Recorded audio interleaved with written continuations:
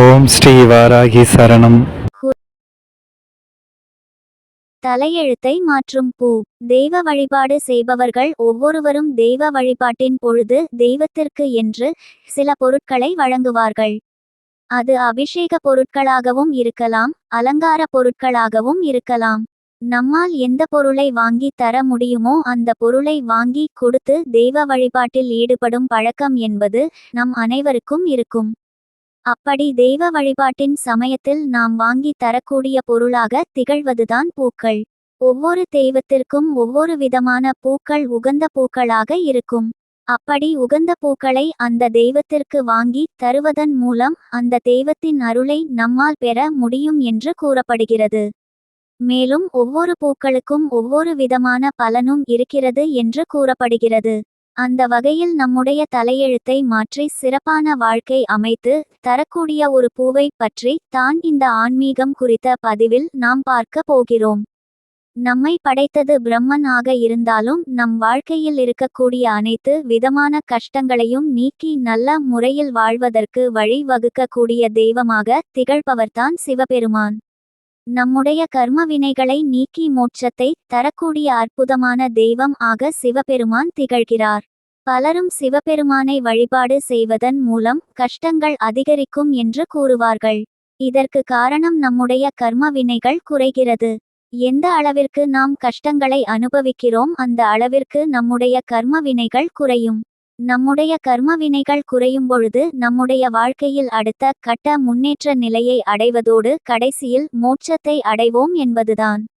அதனால் சிவபெருமானை வழிபாடு செய்பவர்களுக்கு அவர்களுடைய கடைசி காலத்தில் மோட்சம் என்பது கண்டிப்பாக இருக்கும்.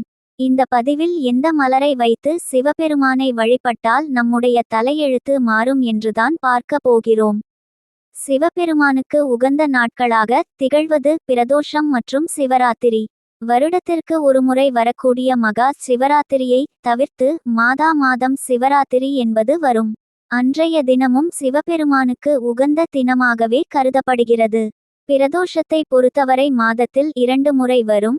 சிவராத்திரி மாதத்தில் ஒரு முறை வரும். மாதத்தில் 3 நாட்கள் இந்த ஒரு மலரை மட்டும் சிவபெருமானுக்கு கொடுத்து நாம் இந்த ஒரு மந்திரத்தை கூறினோம் என்றால் நம் வாழ்க்கையில் இதுவரை இருந்து வந்த கஷ்டங்கள் அனைத்துமே நீங்கும் என்று கூறப்படுகிறது. அந்த மலர் தான் நாகலிங்கம் மலர்.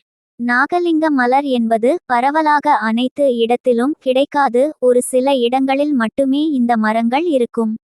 பெயருக்கு ஏற்றாற்போல் இந்த பூவிற்கு என்று தனி மகத்துவம் இருக்கிறது.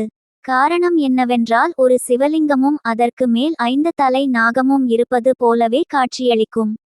மற்ற தெய்வங்களுக்கு வைத்து வழிபாடு செய்வதை விட சிவபெருமானுக்கு இந்த நாகலிங்கம் பூவை வைத்து வழிபாடு செய்வதன் மூலம் அதீத பலன் கிடைக்கும் என்றே கூறப்படுகிறது. அப்படிப்பட்ட இந்த நாகலிங்கம் பூவை மாதத்தில் வரக்கூடிய பிரதோஷ நாட்களிலும் மாத சிவராத்திரியிலும் சிவபெருமான் ஆலயத்திற்கு கொண்டு சென்று கொடுத்துவிட்டு அவருக்கு முன்பாக அமர்ந்து ஓம் சிவாய நம என்னும் மந்திரத்தை நம்மால் இயன்ற முறை எவ்வளவு முறை கூற முடியுமோ அவ்வளவு முறை கூற வேண்டும். எண்ணிக்கையை கணக்கில் வைக்காமல் ஒரு குறிப்பிட்ட நேரம் வரை கூறுவது போல் கணக்கில் வைத்து கொண்டு முழுக்க சிவபெருமானையே கருத்தில் கொண்டு அந்த மந்திரத்தை கூறும்பொழுது சிவபெருமானின் அருள் என்பது பரிபூரணமாக கிடைக்கும். அதன் மூலம் நாம் வாழ்க்கையில் அனுபவித்த கஷ்டங்கள் அனைத்தும் நீங்கும் என்று கூறப்படுகிறது.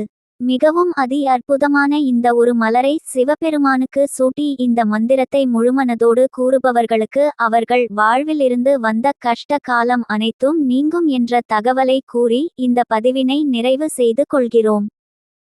இன்று பயனுள்ள ஆன்மீக தகவல்களை கேட்க நமது சேனலை சப்ஸ்கிரைப் செய்து கொள்ளுங்கள்.